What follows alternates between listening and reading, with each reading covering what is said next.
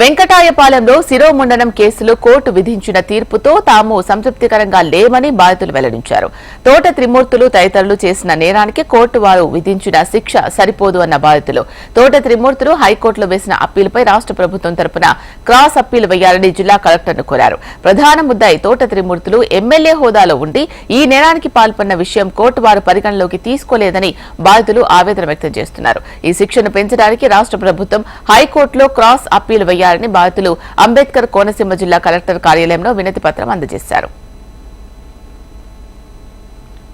వెంకటాయపాలెం శిరోమండనం కేసులో ఏప్రిల్ 16వ తేదీన Visakha trial court ఇచ్చినటువంటి తీర్పు పట్ల మేము చాలా అసంతృప్తితో ఉన్నాము. కానీ అతి స్వల్పమైనటువంటి శిక్ష పడినటువంటి నిందితులే తిరిగి హైకోర్టుకి అప్పీల్ చేసి కేసును కొట్టివేయమని చెప్పి హైకోర్టుకు వెళ్లారు. హైకోర్టులో ఈ కేసు వచ్చిన వెంటనే అక్కడే ఉన్నటువంటి ప్రభుత్వం తరఫున ఉన్నటువంటి పబ్లిక్ ప్రాసిక్యూటర్ కనీసం స్పందించలేదు. ఎందుకు అంటే ఇతను హైకోర్టుకు వెళ్లడమే ప్రభుత్వ సహకారంతో వెళ్ళాడు కాబట్టి ఇతనికి వ్యతిరేకంగా వాదించకూడదని చెప్పి ప్రభుత్వం నిర్ణయించింది.